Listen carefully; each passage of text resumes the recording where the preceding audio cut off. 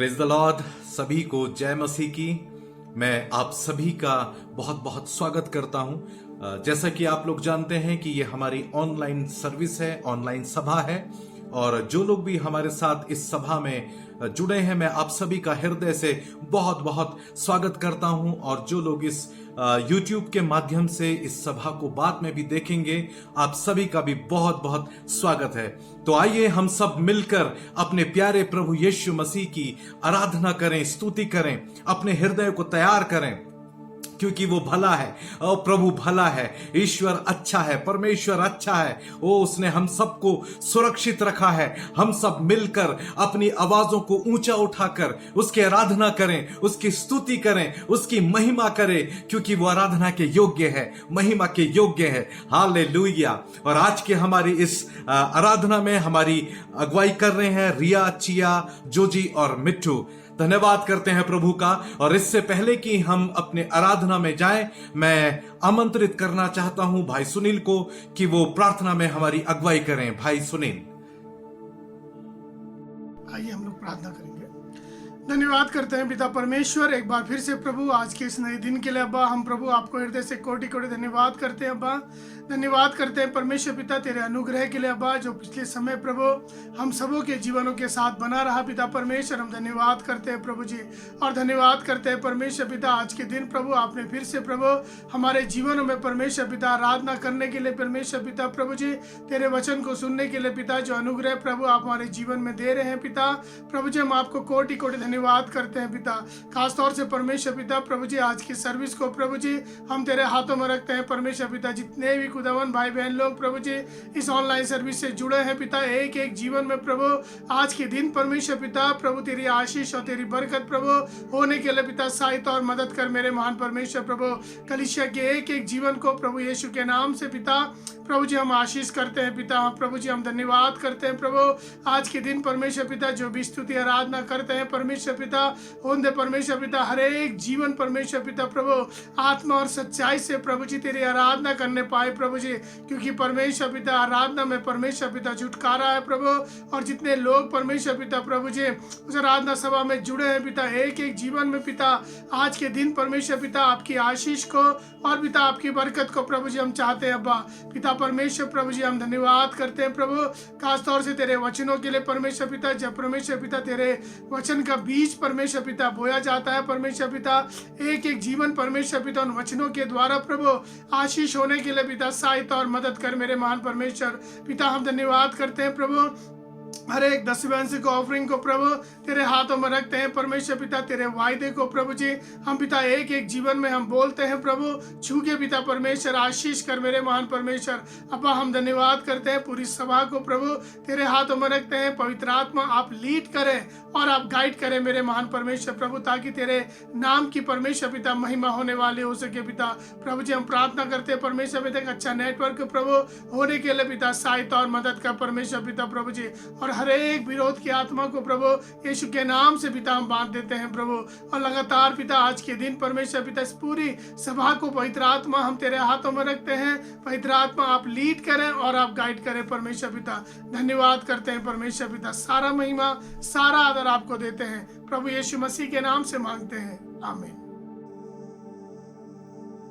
स्वर्ग में ऊपर धरती पे नीचे और कोई नाम नहीं, केवल यीशु में सच्चाई है, झूठ उसमें कुछ नहीं।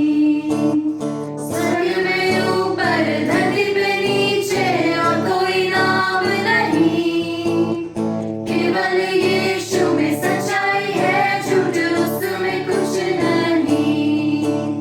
मेरे सजाओ ढोल बजाओ आवाज उठाओ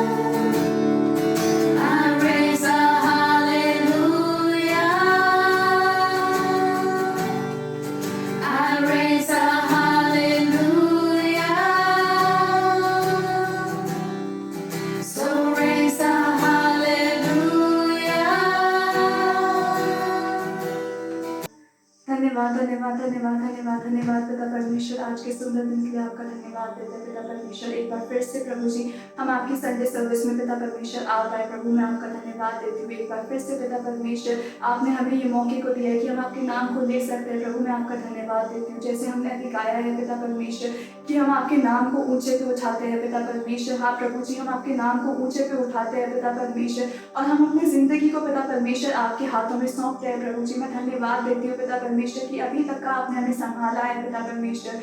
इतनी पिता परमेश्वर प्रॉब्लम्स चल रही हैं प्रभु जी, हम देख रहे हैं पिता परमेश्वर, लेकिन आपने हमें घरों में सुरक्षित रखा है प्रभु जी। हमारे चारों तरफ पिता परमेश्वर आपने अपने लहू के बाड़े को लगाया, मैं आपका धन्यवाद देती हूँ पिता परमेश्वर। आपकी आशीषों के लिए पिता परमेश्वर आपका धन्यवाद देते हैं पिता परमेश्वर। और प्रभु जी मैं प्रार्थना करती हूँ जो कुछ भी हमने गाया बचाया है पिता परमेश्वर, होने दे प्रभु जी वो कि सब कुछ आपको भाए जाने वाला हो सके पिता परमेश्वर। और प्रभु जी मैं आगे की सर्विस को आपके हाथों में सौंपती हूँ। वचन से जो कुछ भी हमें पता चलता है पिता परमेश्वर वो हम अपनी जिंदगी में लेकर के आगे बढ़े प्रभु।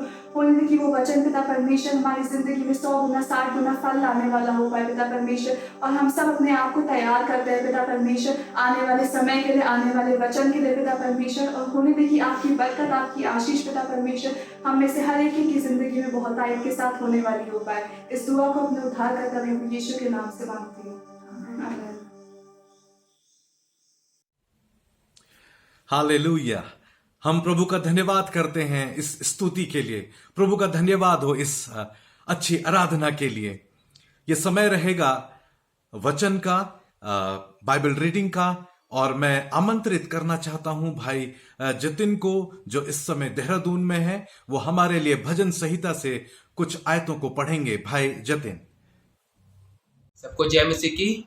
आइए हम भजन संहिता से मनन करेंगे। आप मेरे साथ निकाल लीजिए भजन संहिता 1। मैं इसको आपके लिए पढ़ देता हूँ।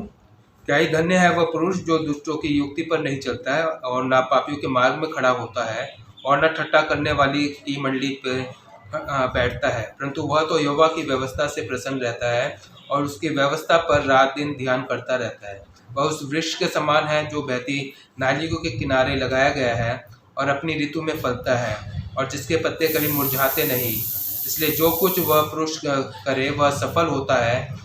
दुष्ट लोग ऐसे नहीं होते, वे उस भूसी के समान होते हैं जो पवन से उड़ाई जाती है। इस कारण दुष्ट लोग अदालत में स्थिर न रह सकेंगे और न पापी धर्मियों की मंडली में ठहरेंगे, क्योंकि यहोवा धर्मियों का मार्ग जानता है परंतु दुष्टों का मार्ग नष्ट हो जाएगा। परमेश्वर इस वचन पे अपनी आशीष को उंडेले। मैं इस वचन संहिता के दूसरी आयत से मैं कुछ बातें शेयर करना चाहूँगा। इधर लिखा है, परंतु वह तो यहोवा की व्यवस्था से प्रसन्न रहता है और उसकी व्यवस्था पर रात दिन ध्यान करता रहता है। यह वह व्यक्ति कौन है? यह व्यक्ति एक धर्मी जन है। एक धर्मी पुरुष के विषय में इधर बात हो रही है और वह धर्मी पुरुष क्या करता है? वो परमेश्वर के वचन पर ध्यान करता है, वो परमेश्वर के वचन से प्रसन्न रहता है, उसके वचन पर चलता है। और जब हम परमेश्वर के वचन पर चलते हैं, जब उसके वचन को हम मनन करते हैं, उसके अनुसार हम अपने कार्यों को करते हैं तो हम आशीषित होते हैं। इसके तीसरे वचन में हम देखते हैं वो आशीष क्या है। वो इधर लिखा है, वो उस वृक्ष के समान है जो बहती नालियों के किनारे लगाया गया है और अपनी ऋतु में फलता है और जिसके पत्ते कभी मुरझाते नहीं। इसलिए जो कुछ वह पुरुष करता है वह सफल होता है। तो ये सब आशीषें हैं जो एक धर्मी जन के लिए है। जो और एक जगह भजन में लिखा है कि धर्मी जन को किसी भली वस्तु की घटी नहीं होती है, और एक और जगह भजन में लिखा है कि धर्मियों पे विपत्तियां पड़ती तो है पर परमेश्वर उन सब से उसको छुड़ाता है। तो जो धर्मी जन है, जो उसके वचन पे चलता है, जो उसके वचन से प्रसन्न रहता है, उसके रात दिन मनन करता है, वो आशीषित होता है, परमेश्वर उसको आशीषित करता है। तो मैं आज की सुबह आप सबको एनकरेज करना चाहूँगा कि हम परमेश्वर के वचन पे मनन करें। जैसे हमारे पास्टर ने भी एक 40 डेज़ का चैलेंज हमें दिया है कि हमें उसके वचन को 40 दिन में पूरा पढ़ना है। तो हमारे पास ये मौका है कि हम उसके वचन को अच्छे से मनन करें, उसको पढ़ें और उसके वचन हम केवल पढ़ें ना, उसके अनुसार चलें, जिससे हमारा जीवन आशीषित हो सके। परमेश्वर इस वचन के द्वारा हम सबको ब्लेस करे। सबको जय मसीह की। Thank you. धन्यवाद हो प्रभु का इन वचनों के लिए। ये समय रहेगा विशेष प्रार्थना का। हम अपनी कलीसिया के लिए प्रार्थना करना चाहते हैं। विशेषकर बच्चों के लिए, जवानों के लिए, बुजुर्गों के लिए प्रार्थना करना चाहते हैं कि प्रभु हम सबको सुरक्षित रखे। हम अपने पासबान के लिए प्रार्थना करना चाहते हैं, विश्वासियों के लिए प्रार्थना करना चाहते हैं। हम विशेष तौर से प्रार्थना करना चाहते हैं इस बारिश के मौसम में कि प्रभु हमारे राज्य को, हमारे उत्तराखंड को प्राकृतिक आपदाओं से बचा कर रखे, सुरक्षित रखे। हम अपने देश के लिए प्रार्थना करना चाहते हैं और इस प्रार्थना में हमारी अगुवाई करेंगी मिसेस अलेक्जेंडर, जो इस समय उड़ीसा में है। मैं उनका स्वागत करता हूं। Mrs Alexander. आइए हम प्रार्थना करें। हम धन्यवाद देते हैं आज के दिन के लिए पिता परमेश्वर को कि उसने हमें सही सलामत रखा है। धन्यवाद देते हैं आज की सुबह के लिए। धन्यवाद करते हैं परमेश्वर क्योंकि तू हमारे ऊपर अपना अनुग्रह सदा बनाए रखता है प्रभु जी। जैसे तूने अपने वचन में कहा है, मेरा अनुग्रह तुम्हारे लिए काफ़ी है प्रभु। सच में प्रभु तू महान है। हम तुझे धन्यवाद देते हैं। हम प्रार्थना करना चाहते हैं आज के दिन में प्रभु उन लोगों के लिए जो लोग कोरोना से प्रभु जी पीड़ित हैं, इस समय में अस्पतालों में, अपने घरों में पड़े प्रभु, उन्हें छोड़ चंगाई दे प्रभु जी। प्रार्थना करते प्रभु एक जो नई बीमारी आ रही प्रभु डेल्टा, जिससे बच्चों पर अफेक्ट होने वाला प्रभु जी, हम तुझसे प्रार्थना चाहते प्रभु जी कोई भी उसके नज़दीक प्रभु ये बीमारी ना पहुँचे, कोई भी बच्चा प्रभु इससे ग्रसित ना हो प्रभु। तो यही प्रार्थना चाहते प्रभु, तो उन्हें छू ले प्रभु। अभी से प्रभु अपनी प्रोटेक्शन में रख महान पिता परमेश्वर। मैं तेरा धन्यवाद करती हूँ प्रभु जी। प्रार्थना करना चाहती प्रभु जी हर एक कलीसिया के लिए, हमारे देश भर में जितनी भी कलीसियाँ हैं सबको प्रभु नाम बनाम तेरे हाथों में सौंपते हैं प्रभु जी।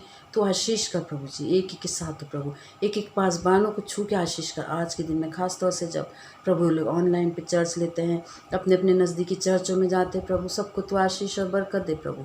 अपना अनुग्रह भरा हाथ रखना मेरे पिता परमेश्वर। सारे पासबानों को छू के आशीष कर, उनके घर परिवार को प्रभु आशीष कर, बच्चों को आशीष कर प्रभु। प्रार्थना चाहते हैं प्रभु जी इस वक्त में कलीसिया के प्रभु जी, हमारे जितने भी प्रभु विक्ट्री चर्चेस हैं, उनकी कलीसिया में जितने भी प्रभु बुजुर्ग हैं प्रभु, बच्चे हैं, जवान हैं प्रभु, छू ले प्रभु जी, आशीष कर। और जवानों को तेरे हाथों में सौंपते, खास तौर से प्रभु तू उनको आशीष करना। प्रार्थना करते हैं प्रभु जी हमारे पूरे उत्तराखंड को छू के आशीष कर प्रभु जी। अपना अनुग्रह भरा हाथ रखना मान पिता परमेश्वर। जहाँ जहाँ पर प्रभु बारिशें हो रही हैं, लैंडस्लाइड हो रहे हैं प्रभु जी, उन सबको तेरे हाथों में सौंपते प्रभु, तो आशीष कर। अपना अनुग्रह भरा हाथ रख हमारे पिता परमेश्वर प्रभु। सबको छू ले प्रभु, अपने प्रोटेक्शन में सबको रखना प्रभु। प्रार्थना करना चाहते हैं प्रभु जी इस सुबह के वक्त में जहाँ जहाँ बाढ़ें आ रही प्रभु, उन क्षेत्रों को भी तेरे हाथों में सौंपते, तो आशीष कर। अपना अनुग्रह भरा हाथ रख मान पिता परमेश्वर। प्रार्थना करते हैं प्रभु जी हमारे देश के स्टाफ नर्सों को, डॉक्टर्स को और सभी जो हॉस्पिटल में कार्य करता है प्रभु, सबको तेरे हाथों में सौंपते प्रभु। सबको तो आशीष कर, उनके घर परिवार बच्चों के साथ तो प्रभु आशीष कर, टीचरों के साथ तो, स्टूडेंट्स के साथ तो प्रभु आशीष कर। हमारे देश के नेताओं के साथ तो प्रभु, मंत्रियों को और प्रधानमंत्री को छू के आशीष कर प्रभु जी। और प्रार्थना करते हैं प्रभु जितने भी ऑर्फनेज हैं प्रभु, जितने भी ओल्ड एज होम है, सबको तेरे हाथों में सौंपते हैं प्रभु। हॉस्टल्स को तेरे हाथों में सौंपते हैं प्रभु जी। सबको तो आशीषित करना प्रभु। हमारे देश के प्रभु व्यापार मंडल को आशीष कर पिता परमेश्वर प्रभु जी। अपना अनुग्रह भरा हाथ रख प्रभु किसान भाइयों के साथ। तो इस समय प्रभु जी जबकि वे पूरे देश भर में प्रभु अपनी खेती करते हैं प्रभु, हमारे लिए अन्न का इंतजाम करते हैं प्रभु, हम तेरा धन्यवाद करते हैं प्रभु जी। धन्यवाद देते हैं ऐसे लोगों के लिए जो हमारे लिए सब कुछ करते प्रभु। हम उनके लिए प्रार्थना कर सकते प्रभु, क्योंकि तूने कहा है प्रभु प्रार्थना करो और एक दूसरे के लिए प्रार्थना करो, ताकि हम एक दूसरे के लिए प्रार्थना करके प्रभु जी और सबको प्रभु तेरे अनुग्रह में लाने पाए। महान पिता परमेश्वर हम तेरा धन्यवाद करते प्रभु और प्रार्थना करना चाहते हैं प्रभु जी इस सुबह के वक्त में पिता परमेश्वर प्रभु। आज के वचनों को तेरे हाथों में रखते हैं प्रभु पिता परमेश्वर। छू ले प्रभु, आशीष कर, एक एक वचन को आशीष कर, चर्च के एक एक हिस्से को आशीष कर प्रभु जी। पूरे देश भर को प्रभु तेरे हाथों में सौंपते प्रभु पिता परमेश्वर। एक और बार फिर से महान पिता परमेश्वर हम तेरा धन्यवाद करते हैं प्रभु जी। धन्यवाद के साथ महान पिता परमेश्वर इस प्रार्थना निवेदन को हमारे पिता परमेश्वर प्रभु यीशु मसीह के नाम से मांगते हैं, आमीन आमीन। ये समय रहेगा विशेष गीत का और इस गीत को गाएंगे श्रुति और एरोन। और इस समय आप अपनी भेंटों को प्रभु के पास ला सकते हैं और ऑनलाइन भी आप इन भेंटों को दे सकते हैं। डिटेल स्क्रीन पर आपके सामने आ जाएगा। इससे पहले कि हम इस विशेष गीत को सुने, मैं आमंत्रित करना चाहता हूं सारा सिस्टर को कि वो इन भेंटों के लिए कलीसिया को उत्साहित करें और भेंटों की आशीष और बरकत के लिए प्रार्थना करें। सारा सिस्टर। जय मसीह की सबको। हम प्रभु को धन्यवाद देते हैं। प्रभु ने इस नया दिन हमारे जीवन में दिखाया, उसकी उपस्थिति में आए हैं, उसको स्तुति और आराधना करने के लिए प्रभु ने मौका दिया। मैं आज के दिन में आप सभी को उत्साहित करना चाहती हूँ एक वचन के द्वारा। वो है भजन संहिता 123 का 1 और 2 को पढ़ेंगे। Psalms 123 1 and 2. Unto you I lift up my eyes, who dwells in heavens. Behold, as the eyes of the servants look to the hand of their masters, as the eyes of the maid to the hand of her mistress. I will read it in Hindi also. Hindi में भी पढ़ूंगी। हे स्वर्ग में विराजमान, मैं अपने आँख तेरे ओर लगाता हूँ, जैसे दास की आंखें अपने स्वामी की ओर, जैसे दासी की आंखें अपनी स्वामिनी की ओर देखती है, वैसे मैं तेरी ओर लगाता हूँ अपने आँखों को करके यहाँ पर भजनकार लिखने वाला कहता है। इस सुबह का वक्त हमारा आँख किसकी ओर देख रहा है? क्या हमारे आँख हमारे लोगों के ऊपर दिख रहा है? हमारा आँख हमारे तनखा की ओर दिख रहा है? क्या हमारे आँख उन लोगों के ऊपर दिख रहा है जो हमारी मदद करते हैं? क्या हमारे आँख उन लोगों की ओर देख रहे हैं जो हमारे सहायता करते हैं? लेकिन वो लोग थक जाते हैं हमारे सहायता करते करते, लेकिन हमारा परमेश्वर कभी नहीं थकता है। वो हमारे ऊपर हमेशा अनुग्रह को दिखाने वाला परमेश्वर है। इसलिए हम अपने आँख को उस परमेश्वर की ओर हमेशा लगा के रखना बहुत ज़रूरी है। एक वचन में लिखा है, हमारे आँख तेरी ओर इंतज़ार करता है करके दाऊद कहता है। 145:16 में साम्स में लिखा है कि प्रभु हम इंतज़ार करते हैं, अपने आँखों की उठाकर आपकी ओर इंतज़ार करते हैं करके दाऊद कहता है। इस सुबह का वक्त क्या हमारा इंतज़ार हमारा परमेश्वर के ऊपर है या मनुष्य के ऊपर है? इस सुबह का वक्त जब मैं मनन कर रही थी, आजिरा की जीवन के बारे में हम देखते हैं, उसके जीवन में रिजेक्शन को उसने देखा, लोगों ने उसको तिरस्कार किया, लोगों ने उसको इस्तेमाल करा और उसको छोड़ दिया, लेकिन परमेश्वर ने उसको नहीं छोड़ा है। जब वो जंगल में फिर रही थी, जब वो दुख में जा रही थी, उसने उसको स्वर्गदूत दर्शन दिया और उससे कहा कि मैं तुझे आशीष करूँगा। और उस दिन उसने क्या कहा? जिस परमेश्वर ने मुझे देखता है उस परमेश्वर को मैंने आज देख लिया करके यहाँ पर अजीरा बताती है। इसलिए हमारा आँख उस परमेश्वर की ओर इस सुबह का वक्त देख सके जो हमें देखता है। और इसी परमेश्वर हमारे जीवन की एक एक भाग को, एक एक चीज़ों के ऊपर उसकी नज़र लगा हुआ रहता है। ये समय है प्रभु को देने का।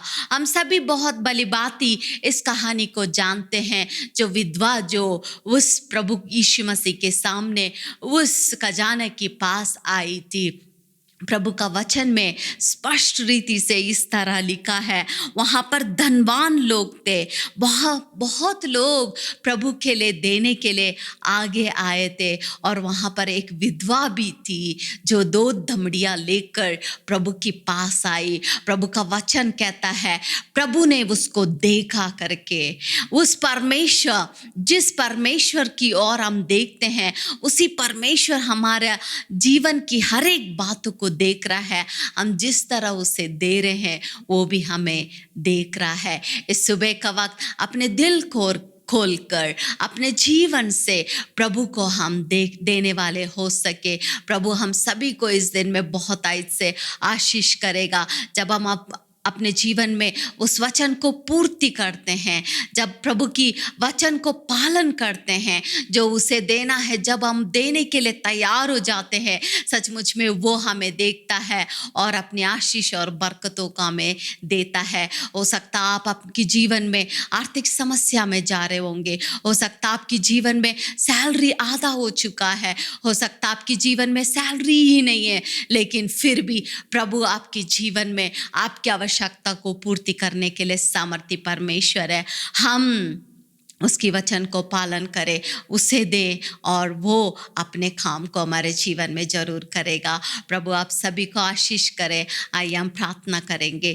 Thank you Jesus. महान जीवित पिता, हम आपको धन्यवाद करते हैं प्रभु। इस दिन में प्रभु जी हम अपने आँखों को प्रभु जी उस पर्वत की ओर लगाते हैं जहाँ से हमारे सहायता आती है। प्रभु जी अपने आँखों को किसी मनुष्य के ऊपर नहीं बल्कि आपके ऊपर हम लगाते हैं प्रभु। विशेष तौर से प्रभु जी आज के दिन में प्रभु जी जो कोई प्रभु अपने आवश्यकताओं को लेकर, अपने बीमारी को लेकर, अपने समस्या को लेकर प्रभु अपने कमी को लेकर आपकी ओर देख रहे हैं प्रभु, आपकी नज़र उनकी ओर प्रभु इस सुबह का वक्त आने पाए। उनकी आवश्यकताओं को आप पूर्ति कर प्रभु, उनके दशवांशों को, उनकी बेट को प्रभु जी आप आशीष कर, एक एक जन आशीषित होने पाए। जिन्होंने अपने जीवन में ऑनलाइन के द्वारा दिया है, जिन्होंने प्रभु जी चर्च को भेजा है प्रभु जी, एक एक हाथों को आशीष कर, उनकी प्रभु जी कमाई में प्रभु, उनकी प्रभु जी हर एक आर्थिक क्षेत्र में प्रभु आपकी बरकत और आशीष को हम बोलते हैं। आपके प्यारे बेटे प्रभु यीशु मसीह के नाम से इस प्रार्थना को हम मांगते हैं। आमीन आमीन।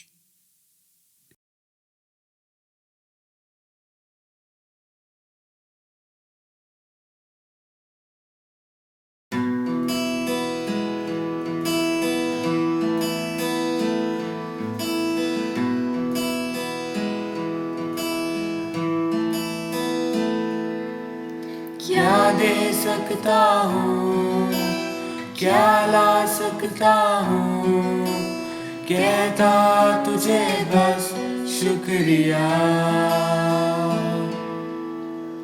क्या दे सकता हूँ, क्या ला सकता हूँ, कहता तुझे बस शुक्रिया। तुझ में ही तुझ में ही हर शाम, तुझसे ही करता शुरू हर कोई काम। तुझ में ही मेरी सुबह, तुझ में ही हर शाम, तुझसे ही करता शुरू हर कोई काम। शुक्रिया करता हूँ मैं लेके तेरा नाम, आदर और धन्यवाद आज तेरे नाम। शुक्रिया शुक्रिया शुक्रिया तेरा, शुक्रिया शुक्रिया शुक्रिया यीशु तेरा।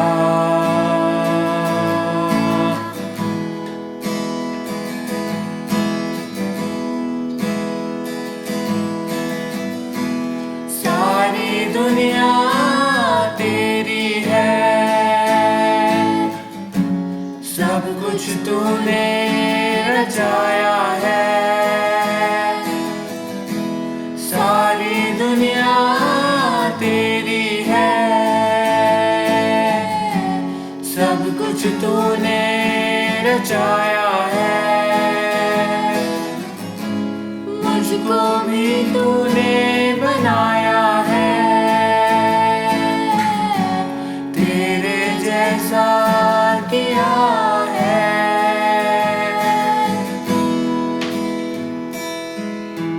क्या दे सकता हूँ, क्या ला सकता हूँ, कहता तुझे बस शुक्रिया। क्या दे सकता हूँ, क्या ला सकता हूँ, कहता तुझे बस शुक्रिया। शुक्रिया शुक्रिया शुक्रिया तेरा, शुक्रिया शुक्रिया शुक्रिया यीशु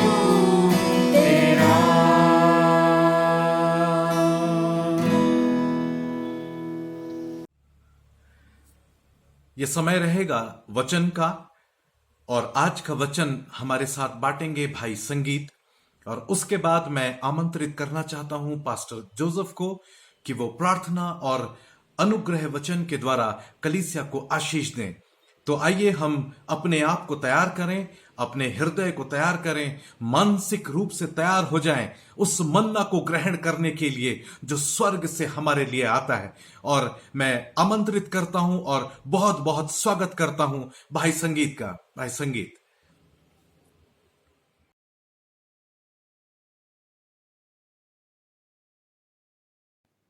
परमेश्वर का धन्यवाद हो कि एक बार फिर से उसने ये मौका दिया कि उसके वचन से हम आज कुछ सीखें और उसके वचन को अपने जीवन में लागू करें।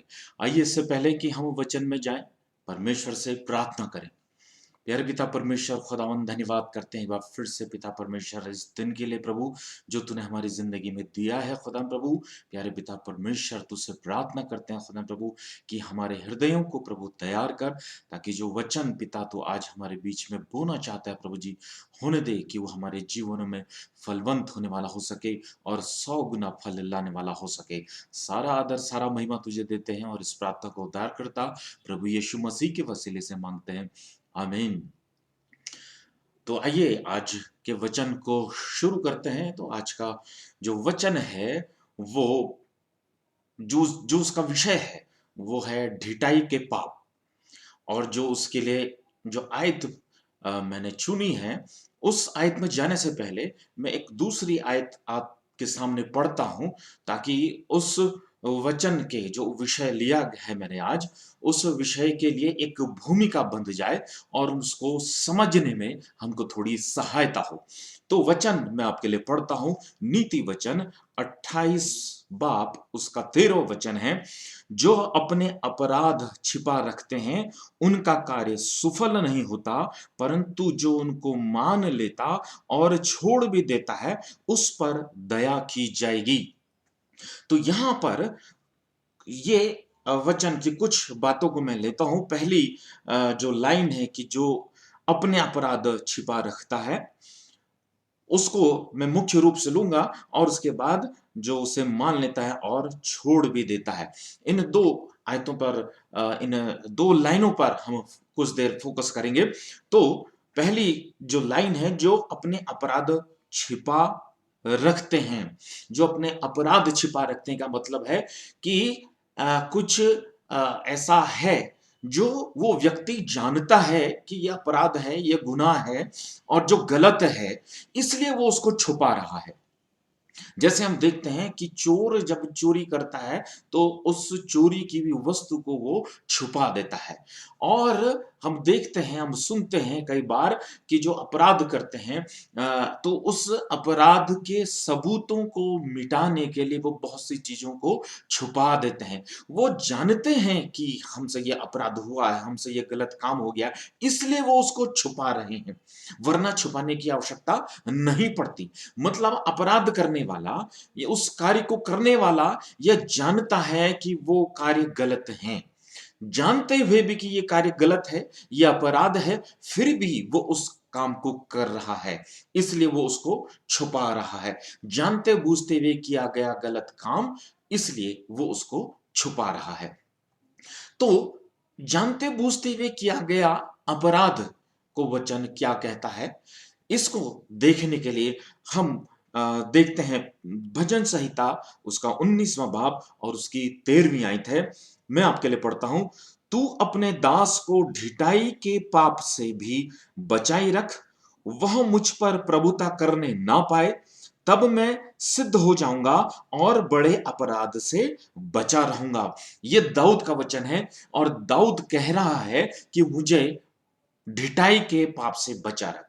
तो जो भूमिका के लिए जो हमने पढ़ा कि वो जानता है कि वो अपराध कर रहा है, इसलिए वो उसको छुपा रहा है। मतलब कि जानते बूझते हुए किया गया पाप या अपराध ढिठाई का पाप कहलाता है। वचन के आधार पर जो कि दाऊद यहां पर लिखता है इस भजन में कि मुझे ढिठाई के पाप से भी बचाए रख। क्यों?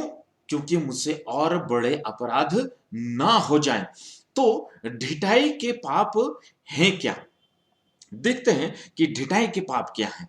मतलब जिनको हम समझ रहे हैं कि ये पाप है, लेकिन फिर भी हम उसको जबरदस्ती कर रहे हैं, जानबूझकर कर रहे हैं। कैसे?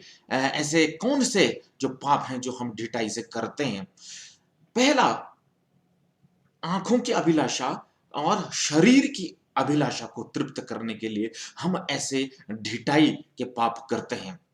अपनी आंखों को तृप्त करने के लिए या अपने शरीर की अभिलाषाओं को तृप्त करने के लिए हम ऐसे काम करते हैं, जैसे नशा करना या व्यभिचार करना, चाहे वो देख के हो चाहे वो करके हो, क्योंकि यीशु ने कहा कि मन में भी यदि आप सोचते हैं तो वो व्यभिचार करने के बराबर है। तो ऐसी ऐसी बहुत सी आजकल ऐसी सामग्रियां हमारे सामने शैतान के द्वारा परोसी गई हैं, चाहे वो मोबाइल के द्वारा हो चाहे वो किताबों के द्वारा हो, जिससे कि हम आंखों से भी व्यभिचार करते हैं। तो उसको संतुष्टि के लिए, अपने शरीर को की संतुष्टि के लिए हम ऐसे ढिठाई के पाप कर देते हैं। और अपने घमंड की तृप्ति के लिए, हमारे अहंकार को कोई चोट लगाता है, हमारे अहंकार को कोई ललकारता है, तो हमारा घमंड उसमें आ जाता है, उसकी उसकी तृप्ति के लिए हम जानबूझ करके हम पाप करते हैं। और अपना बदला लेने के लिए हम जानबूझ करके पाप करते हैं ढिठाई से। जानते हैं कि ये पाप है, बदला लेना पाप है, क्योंकि वचन में लिखा है कि बदला लेना मेरा काम है। लेकिन फिर भी यदि कोई हमको चोट पहुंचाता है, हमारे विरुद्ध कोई यदि कोई काम करता है, तो हमारे दिल में एक नफरत पैदा हो जाती है, और उस नफरत को शांत करने के लिए हम बदला लेना जैसा कार्य करते हैं, जो कि ढिठाई से करते हैं, और ये ढिठाई का पाप है। और किसी के विरोध में कुछ कार्य को करना, किसी का विरोध जताने के लिए हम उसकी निंदा करते हैं। यदि हम उसका कुछ बिगाड़ नहीं पाए तो उसकी निंदा करते हैं, उसकी बुराई करते हैं, समाज में उसके नाम को खराब करने की कोशिश करते हैं। तो ये सारे गुनाह जो है हम जानबूझकर करते हैं, ढिठाई से करते हैं। हम ये जानते हैं कि यह अपराध है, हम ये जानते हैं कि ये पाप है, लेकिन फिर भी हम उसको करते हैं। ऐसे भी और भी बहुत से ऐसे कार्य हैं जो कि हम जानबूझकर करते हैं, और ऐसे कामों को लिखा गया है कि ढिठाई के पाप। और ऐसे कामों को हम बड़े योजनाबद्ध तरीके से हम कार्यों को अंजाम देते हैं। उसके लिए हम एक बड़ी योजना बनाते हैं, और उस योजना के तहत उन कार्यों को हम अंजाम देते हैं, या उस पाप को हम अंजाम देते हैं जो ढिठाई का पाप यहां पर जिसके लिए कहा गया। लेकिन एक शब्द यहां पर आ रहा है कि ढिठाई के पाप से भी। ये जो शब्द है भी, ये क्या बताता है? इसका मतलब ये है कि इसका मतलब है कि पाप और भी कई प्रकार के हैं, जिनमें से एक पाप ये है ढिठाई का पाप, जिसको कहा गया है ढिठाई का पाप। तो और कौन से ऐसे पाप हैं? और बहुत से ऐसे पाप हैं, लेकिन मैं सिर्फ एक पाप का और वर्णन करूंगा, जो इसी भजन संहिता की इसी 19 बाब की 12वीं आयत में लिखा हुआ है। 12वीं आयत देखिए क्या कहते हैं, भजन संहिता 19:12, अपने भूल चूक को कौन समझ सकता है, मेरे गुप्त पापों से तू मुझे पवित्र कर। अपनी भूल चूक को कौन समझ सकता है? मतलब भूल से हो जाने वाले पाप और गुप्त पाप। मेरे गुप्त पापों से तू मुझे पवित्र कर। गुप्त पाप कौन से हैं? वो पाप जो हमारे अंदर बसे हुए हैं, लेकिन इस सांसारिक रीति से चलते हुए हमें यह आभास नहीं होता है कि ये पाप है। वचन का यदि पूर्ण रीति से अपने जीवन में हम पालन करते हुए नहीं चलते हैं, तो सांसारिक रीति से चल रहे हैं, तो ये अनायास ही हमारे जीवन से हो जाते हैं। जैसे झूठ बोलना, ये हम अपने फायदे के लिए, अपने स्वार्थ के लिए हम झूठ बोल देते हैं, और ये जान भी नहीं पाते हैं कि ये पाप है, और ये एक स्वाभाविक रूप से ऐसा हो जाता है, और हम झूठ बोल देते हैं। या फिर किसी की बुराई करना, स्वाभाविक रूप से लोग बैठे हैं, बातचीत कर रहे हैं, तो लोगों की निंदा करना या उनके विरोध में बातें करना, तो ये स्वभाव ही से ऐसा हमसे हो जाता है। और कुछ अनजाने में हमसे पाप हो जाते हैं, जिसकी चेष्टा हम नहीं करते हैं, जिसकी इच्छा हम नहीं करते हैं, लेकिन ऐसा हो जाता है। जैसा पौलुस कहता है, जिसकी मैं इच्छा नहीं करता वही मैं करता हूं, और जिसकी इच्छा नहीं करता और वो मेरे शरीर के द्वारा ऐसे गुनाह हो जाते हैं, ऐसे पाप हो जाते हैं। तो ये इसलिए बता रहा हूं कि इन दोनों का संबंध क्या है व्यवस्था के अनुसार, वचन के अनुसार, कि एक भूल चूक से हो जाने वाले पाप और एक ढिठाई से हो जाने वाले पाप। इसके बारे में वचन क्या कहता है देखते हैं। गिनती 15 बाब उसकी 27 से लेकर के 30 आयत तक मैं आपके सामने पढ़ रहा हूं। फिर यदि कोई प्राणी भूल से पाप करे तो वह 1 वर्ष का एक बकरी पाप बलि करके चढ़ाए, और याजक भूल से पाप करने वाले प्राणी के लिए यहोवा के सामने प्रायश्चित करे, सो इस प्रायश्चित के कारण उसका वह पाप क्षमा किया जाएगा। जो भूल से पाप हो जाते हैं उसके लिए परमेश्वर ने मूसा को व्यवस्था दी थी कि 1 साल का बकरी का बच्चा याजक पाप बलि करके चढ़ाए तो उसके वो पाप क्षमा हो जाएंगे। लेकिन देखिए ढिठाई के पाप के बारे में ये क्या कहता है। 30वीं आयत है, परंतु क्या परदेशी जो प्राणी ढिठाई से कुछ करे वह यहोवा का अनादर करने वाला ठहरेगा, और वह प्राणी अपने लोगों में से नाश किया जाएगा। बहुत बड़ी बात है कि वो ऐसा व्यक्ति जो ढिठाई से पाप करता है वो यहोवा का अनादर करने वाला ठहरेगा, और वो लोगों के बीच में से नाश किया जाएगा। तो उसका दंड लिखा गया है कि वो पूर्ण रीति से उसको दंड मिलेगा, उसको पाप की सजा मिलेगी, उसका पाप जो है वो माफ नहीं किया जाएगा, ऐसा वचन में लिखा गया है। ऐसे उदाहरण जो है अपने वचन में हम देखते हैं कि किस प्रकार से वचन में इन बातों को लिखा गया है। दाऊद जो है वो इस पाप को करता है, और हम जानते हैं कि दाऊद ने बैतशेबा का पाप किया था, और वो अपने छत पे टहल रहा था और उसने देखा कि एक महिला जो है वो नहा रही है, और उसने जानबूझ करके योजनाबद्ध तरीके से उस महिला को अपने पास बुलाया और उसके साथ व्यभिचार किया। और इतना ही नहीं, फिर योजना बना करके उसने उस पाप को मान तो लिया कि ये मुझसे गलती हो गई है कि मैंने इस महिला के साथ जो कि शादीशुदा है और हित्ती उरिया की पत्नी है, वो उसने स्वीकार कर लिया कि यह पाप है। लेकिन उस पाप को फिर से छुपाने के लिए उसने फिर योजनाबद्ध तरीके से उसने उस पाप को छोड़ा नहीं, बल्कि एक और पाप किया। और वो पाप क्या क्या हम जानते हैं कि उसने बैतशेबा के पति को यानी हित्ती उरिया को बड़ी योजनाबद्ध तरीके से उसने उस युद्ध भूमि में भेज करके उसको मरवा डाला, उस जगह में भेज दिया जहां बहुत ही सघन युद्ध चल रहा था, और उसको अकेला वहां पर छोड़ा गया और उसको मार दिया गया। ये कहानी हम सब जानते हैं। तो पाप करने के बाद सिर्फ मान लेना काफी नहीं है, जैसा कि नीति वचन 28-13 में पढ़ा था, उसको छोड़ना भी जरूरी है। यदि जो अपने अपराध छिपा रखते हैं उसका कार्य सफल नहीं होता, परंतु जो उनको मान लेता और छोड़ भी देता है उस पर दया की जाएगी। तो यहां पर हमने देखा कि दाऊद ने मान तो लिया लेकिन उसको छोड़ा नहीं। ऐसे ही उदाहरण और पुराने नियम में हमको मिलते हैं। हारून के बेटों की बात करते हैं, जो लय व्यवस्था 10 बाप है और उसकी पहली आयत से लेकर के तीसरे वचन तक हम इस बात को देखते हैं, जो कि नादाब और अबीहू के विषय में लिखा गया है, जो कि हारून के बेटे हैं। देखते हैं यहां पर क्या हुआ, जल्दी से मैं इसको पढ़ता हूं।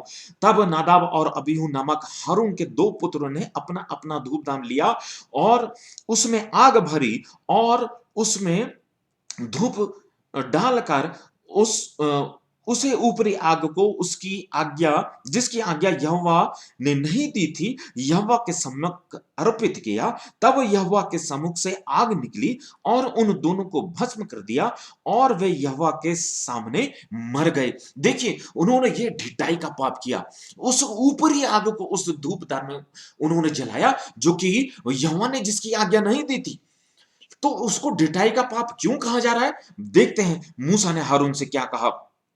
तीसरी आयत में, तब मूसा ने हारून से कहा, यह वही बात है जिसे यहोवा ने कहा था कि जो मेरे समीप आए अवश्य है कि वह मुझे पवित्र जाने और सारी जनता के सामने मेरी महिमा करे।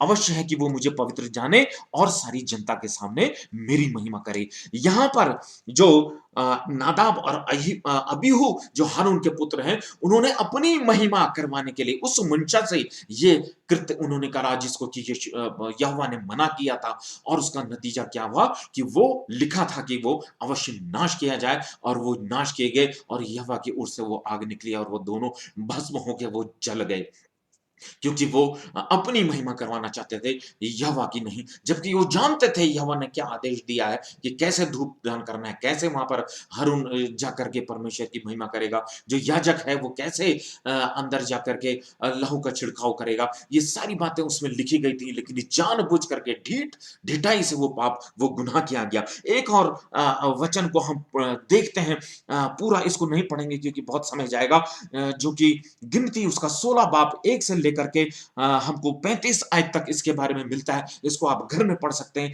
जहां पर कोरह और दतान और अबीराम के विषय में लिखा गया कि इन लोगों ने मिलकर के, जिसमें उनका मुखिया था कोरा, और इसने 250 लोगों को इकट्ठा किया और हारून और मूसा के विरुद्ध उन्होंने विद्रोह किया। देखिए उन्होंने क्या कहा, तीसरी आयत में 16 की तीसरा, और वे मूसा और हारून के विरुद्ध उठ खड़े रहे और उनसे कहने लगे, तुमने बहुत किया, अब बस करो, क्योंकि सारी मंडली का एक एक मनुष्य पवित्र है और यहोवा उसके मध्य में रहता है, इसलिए तुम यहोवा की मंडली में ऊंचे पद वाले क्यों बन बैठे हो।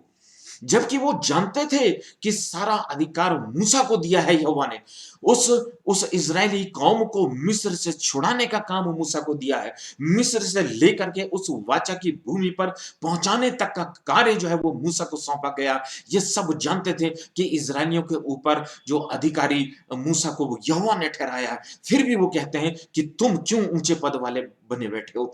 वो कहता है कि सब के सब लोग जो है, हम लोग जो है पवित्र है, फिर तुम क्यों ऊंचे पद वाले बैठे हो। ढिठाई से वो गुनाह, वो अपराध कर रहा है। और हम देखते हैं कि किस प्रकार से मूसा शोकित हुआ और उसने आगे कहा कि तुम धूप दान लेकर के आना, यहोवा के सम्मुख अपना धूप लेकर के आना, और खासकर तू और हारून अपना धूप लेकर के आ रहा, और वो 250 लोग भी जो उसके साथ मिल गए थे अपना धूप लेकर के आना। तब मूसा यहां पर कहता है, जल्दी से पढ़ता हूं 29वीं आयत से, और यदि उन मनुष्यों की मृत्यु और सब मनुष्यों के समान हो और उसका दंड सब मनुष्य के समान हो, तब जाने कि मैं यहोवा का भेजा हुआ नहीं हूं। परंतु यदि यहोवा अपनी अनोखी शक्ति प्रकट करे और पृथ्वी अपना मुंह पसार कर उसको और उसका सब कुछ निगल जाए और वो जीते जी अधोलोक में जा पड़े, तो तुम समझ लो कि इन मनुष्यों ने यहोवा का अपमान किया। वह ये बात कह ही चुका था कि भूमि उन लोगों के पांव के नीचे फट गई और पृथ्वी ने अपना मुंह खोल दिया और उनका और उनके घर द्वार का सामान और कोरह के सब मनुष्य और उसकी सारी संपत्ति को भी निगल लिया। तो हम देखते हैं कि मूसा ने कहा, अगर ये सामान्य मृत्यु अगर हुई तो समझ लेना कि मैं यहोवा के द्वारा निर्धारित नहीं किया गया हूं, लेकिन यदि भूमि फट जाए और ये सब उसमें समा जाए तो जान लेना कि मैं यहोवा की ओर से भेजा गया हूं। और ये बात कह ही रहा था तो ऐसा ही हुआ कि उनके नीचे से भूमि फट गई और कोरह और उसके लोग जो थे, वो उसके परिवार के लोग उसमें समा गए। उसका सारा जो तंबू था जिसके आगे वो खड़े हुए थे, वो सब उसके अंदर सामान सहित समा गया और भूमि ने उसको ढक लिया। और 35वें आयत में हम देखते हैं, तब यहोवा के पास से आग निकली और उन 250 धूप चढ़ाने वालों को भस्म कर डाला, क्योंकि लिखा था कि जो ढिठाई से पाप करता है वो नाश किया जाएगा। और यहां पर ये सब के सब नाश किए गए। कोरह और वो सारे लोग 250 लोग नाश किए गए, क्योंकि ये ढिठाई का पाप कर रहे थे। तो ढिठाई के पाप के लिए इतनी भयानक व्यवस्था यहोवा ने दी थी मूसा को। तो मूसा के द्वारा दी गई व्यवस्था को हम देखते हैं। लेकिन देखते हैं पुराने नियम में तो ये सारी व्यवस्था है, लेकिन क्या नए नियम में इस बारे में नया नियम क्या कहता है, इसको भी देखते हैं। ध्यान से इसको सुनिएगा। इब्रानियों उसका 10 बाब और उसकी 26वीं आयत में इस प्रकार से लिखा गया है क्योंकि सच्चाई की पहचान प्राप्त करने के बाद यदि हम जानबूझकर पाप करते रहे तो पापों के लिए फिर कोई बलिदान बाकी नहीं। क्या लिखा है? क्योंकि सच्चाई की पहचान प्राप्त करने के बाद, सच्चाई क्या है? क्या है सच्चाई? सच्चाई ये है कि हमारे गुनाहों के लिए यीशु मसीह ने अपना बलिदान दिया उस सलीब पर, उस क्रॉस पर। और यहोवा ने एक बड़ी योजना हमें पाप से बचाने के लिए, हमें उद्धार दिलाने के लिए बनाई कि उसने अपना इकलौता पुत्र दे दिया कि जो कोई उस पर विश्वास लाए वो नाश न हो वरन अनंत जीवन पाए। ये सच्चाई है। ये सच्चाई है कि हमारे अपराधों के कारण उस पर ताड़ना पड़ी, उसके ऊपर घूंसे मारे गए, थप्पड़ मारा गया, थूका गया, उसकी बेइज्जती की गई, उसके कपड़ों पर चिट्ठी डाली गई, कांटों का ताज पहनाया गया, हाथ पैरों पर कीले ठोकी गई और तमाम तरह की यातनाएं जो हुई वो हम सब जानते हैं। तो ये सब हमारे गुनाहों से क्षमा हमको देने के लिए ये सब कुछ किया गया। ये वो सच्चाई है जो यहाँ पर लिखी है। क्योंकि सच्चाई की पहचान प्राप्त करने के बाद यदि हम जानबूझकर पाप करते हैं, ये वो ढिठाई वाला पाप है। हमें पाप से छुड़ाने के लिए कि हम पाप ना करें, हम पापों से शुद्ध हो जाएं, वो पाप जो हम आदम के स्वभाव के द्वारा करते हैं उनके उसके दंड से हम बचे जाएं, इसके लिए यीशु मसीह ने अपने प्राणों की बलि दी। लेकिन जानबूझकर हम फिर उन पापों को कर रहे हैं, उसका मतलब है कि फिर कोई बलिदान बाकी नहीं रहा।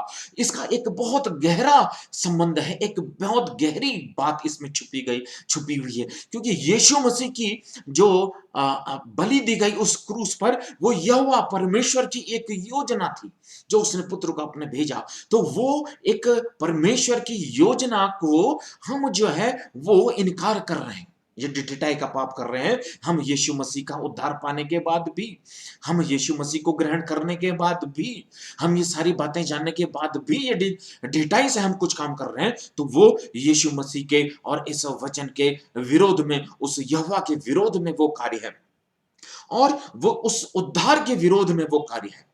इसका अर्थ है कि उस पवित्र आत्मा ने जो उस कार्य को अंजाम दिया और उस पवित्र आत्मा को हम इनकार कर रहे हैं। इसका यह अर्थ यह है कि हम फिर पापों को कर रहे हैं, तो बलिदान बाकी नहीं है। बाकी नहीं है क्या मतलब? एक ही बलिदान था लेकिन हमने उसको स्वीकार नहीं करा, हमने उसको तुच्छ जान लिया। अब कोई बलिदान बाकी नहीं है, एक बलिदान था और हम उसको तुच्छ जानकर फिर गुनाह कर रहे हैं, फिर पाप कर रहे हैं जानबूझ करके। ढिठाई से हम उस पाप को कर रहे हैं। इसका मतलब है कि हम पवित्र आत्मा की निंदा कर रहे हैं। इसका मतलब है पवित्र आत्मा के विरोध में हम कार्य कर रहे हैं, हम यहोवा के विरोध में काम कर रहे हैं, हम यीशु मसीह के उस बलिदान को तुच्छ समझ रहे हैं। इसलिए हम ढिठाई से वो पाप कर रहे हैं और जो ढिठाई से जो पाप करेगा वो नाश किया जाएगा। ऐसा हमने पुराने नियम की किताबों से, उन वचनों में से समझा है और नए नियम में भी इस बात को वो कह रहा है कि ऐसा व्यक्ति जो है वो पवित्र आत्मा के विरोध में कार्य करता है। और जो पवित्र आत्मा के विरोध में जो कार्य करता है उसके बारे में क्या लिखा गया है हम जानते हैं। मत्ती 12 उसकी 31 और 32वीं आयत में क्या लिखा है कि जो पवित्र आत्मा के विरोध में जो कार्य करता है उसका अपराध, उसके गुनाह ना इस लोक में और ना उस लोक में क्षमा किए जाएंगे। वो क्षमा योग्य नहीं है, ऐसे अपराध क्षमा योग्य नहीं है, क्योंकि वो अपनी इच्छा शक्ति से वो उन गुनाहों को, उन पापों को कर रहा है। जबकि वो जानता है कि यीशु ने हमारे लिए बलिदान दिया, वो जानता है कि सलीबी मौत हमारे गुनाहों के लिए थी, लेकिन फिर भी वो अपराध, वो उन गुनाहों को ढिठाई से वो कर रहा है। इसका मतलब है कि वो अपनी इच्छा शक्ति से उन अपनी शरीर की अभिलाषाओं को मिटाने के लिए, अपनी आंखों की अभिलाषाओं को मिटाने के लिए, अपना प्रतिशोध लेने के लिए, अपने घमंड की तृप्ति के लिए, अपने अहंकार को की पूर्ति के लिए, अपने स्वार्थ की पूर्ति के लिए वो इन तमाम कार्यों का अंजाम दे रहा है। अपने आप को कुछ साबित करने के लिए वो इन कामों को अंजाम दे रहा है और छुपा रहा है। छुपा किससे रहा है? मनुष्य से छुपा रहा है कि जो अपने अपराधों को छिपा रखता है। छिपा कौन रखता है? छिपा किससे छुपा रहे हो भाई? छुपा किससे रहे हो? मनुष्य से छुपा रहे हो।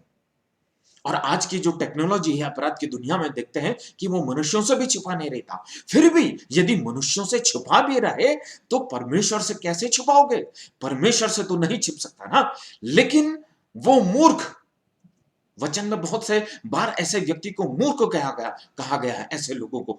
तो वो मूर्ख ये नहीं समझ रहा है और वो सोच रहा है कि मैंने जो अपराध किया है, जो पाप किया है ढिठाई से, वो मनुष्य से भी छुपा लिया और परमेश्वर से भी छुपा लिया। ऐसी मूर्खता वो कर रहा है क्योंकि वो नाश होने वाला है, क्योंकि उसकी परिणति जो है वो नाश होने वाली है। क्यों? क्या लिखा है वचन में? देखते हैं माफ कीजिएगा, पहला कुरिन्थियों उसके पहले बाब की 18वीं आयत है, क्योंकि क्रूस की कथा नाश होने वालों के लिए के निकट मूर्खता है, परंतु हम उद्धार पाने वालों के लिए परमेश्वर की समर्थ है। हम उद्धार पाने वालों के निकट परमेश्वर की समर्थ है, लेकिन जो नाश होने वाले हैं उनके लिए क्रूस की कथा जो है वो मूर्खता है। ये लिखा गया है, नाश होने वाले, क्योंकि क्रूस की कथा नाश होने वालों के लिए।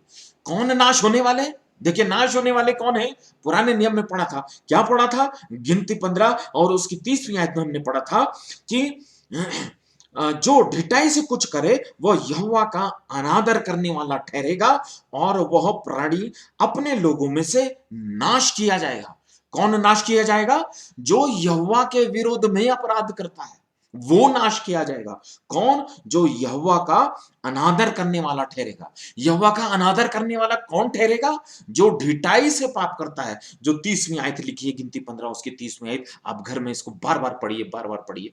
तो नाश होने वाला वह व्यक्ति है जो यहोवा का अनादर करता है। यहोवा का अनादर कौन करता है? जो ढिठाई से पाप करता है। ये कुरिन्थियों में हमने वही पढ़ा कि नाश होने वालों के लिए क्रूस की कथा जो है वो मूर्खता है, क्योंकि उसका परिणति जो है वो नाश होने वाली है। और उस क्रूस की कथा को वो तुच्छ समझ रहा है, क्योंकि वो ढिठाई से पाप कर रहा है, और ढिठाई का पाप करने का मतलब है कि वो अवश्य ही नाश किया जाएगा, क्योंकि वो पवित्र आत्मा के विरोध में पाप करता है। प्रियो, आज इस विषय को लेने का जो उद्देश्य है वो यही उद्देश्य था कि हम अपने जीवन में ऐसे बहुत से काम करते हैं। अपने जीवन का मूल्यांकन करिए, अपने जीवन को पहचानिए, फिर से अपना मूल्यांकन दोबारा से करिए, दोबारा से अपने जीवन का मूल्यांकन करिए। अपने जीवन के बारे में सोचिए कि मैं जो बोलता हूं, मैं जो कहता हूं, मैं जो करता हूं, क्या वो कहीं ऐसे तो नहीं कि वो ढिठाई की पाप की श्रेणी में आते हैं?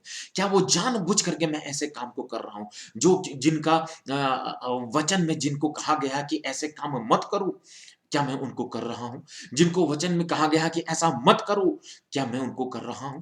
तो ये जो मत करो कहा है उसको करना, और जो करो कहा है उसको नहीं करना, ये ढिठाई है, ये ढिठाई है। तो वचन को बहुत गहराई से पढ़िए, वचन को बहुत गहराई से समझना है, ताकि हमारे जीवन के द्वारा ऐसे पाप ना हो। हम अपने स्वार्थ को सिद्ध करने के लिए, अपनी शारीरिक लालसाओं को, अपनी शरीर की प्यास बुझाने के लिए हम ऐसे कोई काम ना करें। हम अपने स्वार्थ में पढ़ करके ऐसे कोई काम ना करें जो ढिठाई से पाप होगा, और जो ढिठाई से ऐसे गुनाह होंगे वो पवित्र आत्मा के विरोध में पाप होंगे, और पवित्र आत्मा के विरोध में जो पाप करता है वो उसके गुनाह लिखा हुआ है कि वो ना इस लोक में ना उस लोक में क्षमा किए जाएंगे। पुराने नियम में भी यही व्यवस्था थी कि वो अपने लोगों में नाश किया जाएगा, मतलब उसके गुनाह जो है वो क्षमा नहीं किए जाएंगे। हमने देखा कि नादाब और अबीहू जिस तरीके से उसी समय भस्म हो गए, मर गए, तो गुनाह में ही मरे, तो उस लोक में भी उनको वही आग की झील उनका इंतजार कर रही है। वैसी कोरा और दातान और अभिराम और उसके 250 लोग गुनाह में थे और गुनाह में ही मर गए, और पृथ्वी ने उनको निगल लिया, आग ने उनको भस्म कर दिया, और उस लोक में भी अवश्य है कि वो आग का झील उनका इंतजार कर रही है। ना इस लोक में क्षमा, ना उस लोक में क्षमा। तो ये बहुत गंभीर बात है। इसको विचार करने की आवश्यकता है कि हमारे जीवनों से ऐसे गुनाह, ऐसे पाप ना हो जिसके लिए हमको ना इस लोक में क्षमा मिले, ना उस लोक में क्षमा मिले। अपने जीवन का मूल्यांकन करें और वचनों के आधार पर अपने जीवन को तोलें और वचनों के आधार पर चलने की कोशिश करें। लेकिन फिर भी मैं आपको कुछ आशा भरी वचन जो है जल्दी से पढ़ करके आपको सुनाता हूं कि हमारे जीवन में कैसी, क्योंकि वो दयालु परमेश्वर है, वो दया करने वाला यहोवा है, फिर भी हमारे जीवन में वो आशा देता है। कुछ वचन पढ़ता हूं जो हमारे जीवन में आशा को जगाएगा।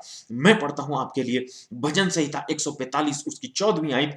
यहोवा सब गिरते हुए को संभालता है और सब झुके हुओं को सीधा खड़ा करता है, जो गिर जाते हैं उनको वो संभालता है, जो गिर जाते हैं उनको वो संभालता है और फिर से खड़ा करता है। और भजन संहिता 37 उसकी 24वीं आयत में लिखा है, चाहे वो गिरे तो भी पड़ा ना रह जाएगा, क्योंकि यहोवा उसका हाथ थामे रहता है। जो गिरता है वो पड़ा नहीं रहेगा, ये यहोवा का वादा है, क्योंकि यहोवा का हाथ उसको थामे रहता है। जो धार्मिकता में चलता है, जो ढिठाई को छोड़ देता है, ये बात उनके लिए कही गई है, क्योंकि सिर्फ मानना जरूरी नहीं है, बल्कि उसको छोड़ देना भी आवश्यक है। सिर्फ मानना नहीं है, बल्कि उसको छोड़ना भी अति आवश्यक है। एक आयत और मैं आपके सामने पढ़ता हूं, क्योंकि धर्मी चाहे 7 बार गिरे तो भी उठ खड़ा होता है। ये लिखा हुआ है नीति वचन 24 और उसकी 16वीं आयत में लिखा हुआ है, क्योंकि धर्मी चाहे 7 बार गिरे तो भी उठ खड़ा होता है, क्योंकि वो लिखा है कि वो पड़ा नहीं रहेगा। क्यों? क्योंकि यहोवा उसका हाथ थामे रहता है, क्योंकि ये यहोवा का वादा है। इसलिए एक आशा हमारे जीवन में, इसलिए एक आशा हमारे जीवन में, वरना यदि हम ढिठाई से ही इन कामों को कर रहे हैं तो स्वयं खुद ही हम अपने आप को अपराधी घोषित करते हैं।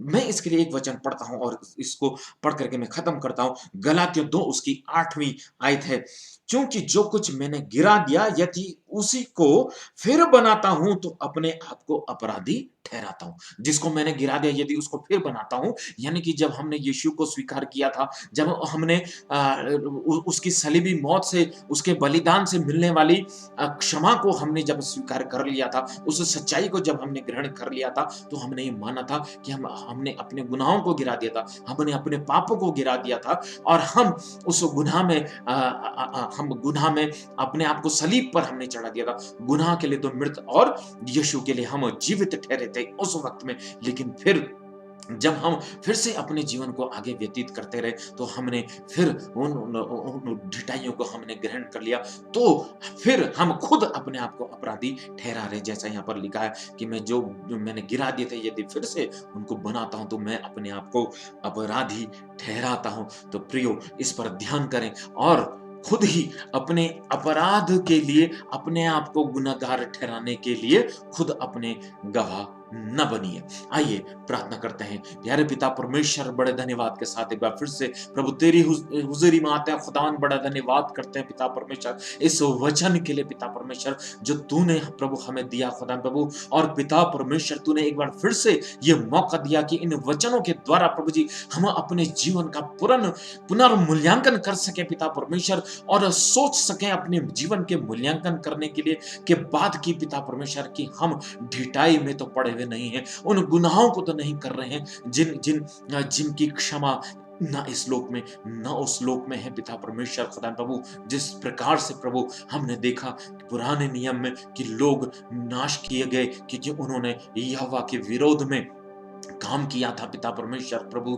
प्रार्थना करते हैं खुदा प्रभु कि हम उनमें से ना बने, कि अपने अपराधों की गवाही स्वयं अपने आप से दें कि जो मैंने गिरा दिया है फिर यदि मैं उसको बनाऊं तो मैं अपराधी ठहरता हूं। प्रभु मदद कर, प्रभु सहायता कर कि इन वचनों को हम समझें, हमारे हृदय छिद जाएं प्रभु जी, और खुदा प्रभु हम इनको ग्रहण करें खुदा प्रभु। और पिता तेरी इच्छा और तेरी मर्जी के अनुसार प्रभु अपने जीवनों का निर्वहन करने वाले बने। सारा आदर सारा महिमा तुझको देते हैं और इस प्रार्थना को उद्धार करता प्रभु यीशु मसीह के वसीले से मांगते हैं, आमीन। Surely the Lord has spoken wonderfully through brother संगीत। विशेष करके परमेश्वर ने हमारे जीवन में बातचीत किया है। परमेश्वर की उपस्थिति पूरा आराधना में शुरू से लेकर परमेश्वर ने अपनी क्रिया को हमारे जीवन में किया है।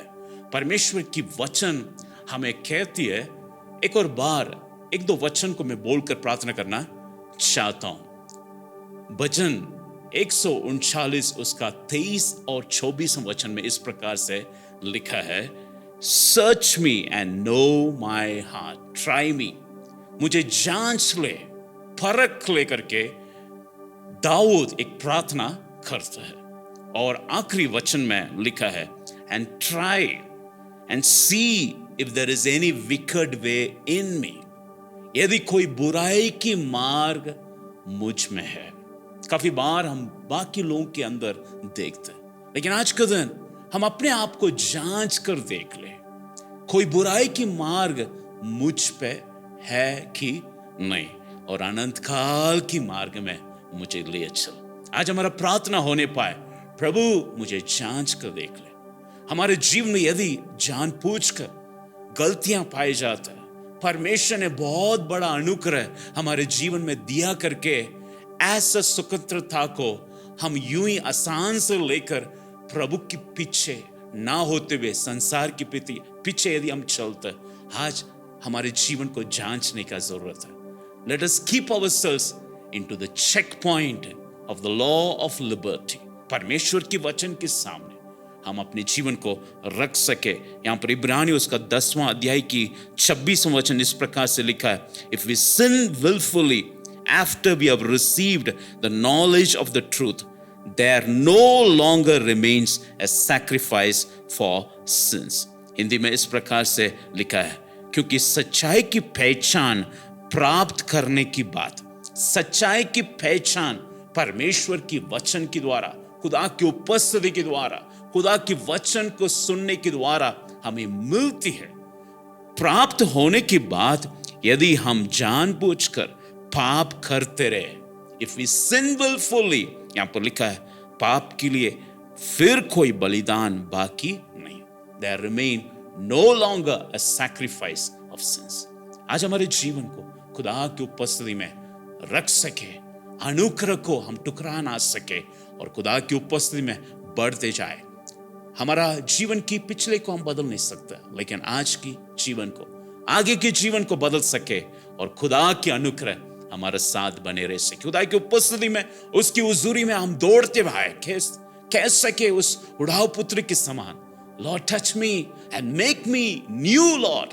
यदि कोई मसीह में है और नई सृष्टि है, पुराने बातें सब मिट गया, सब कुछ नया होने पाए। आज का दिन खुदा की उपस्थिति में कह सके, प्रभु मुझे नया कर, make me a new person Lord.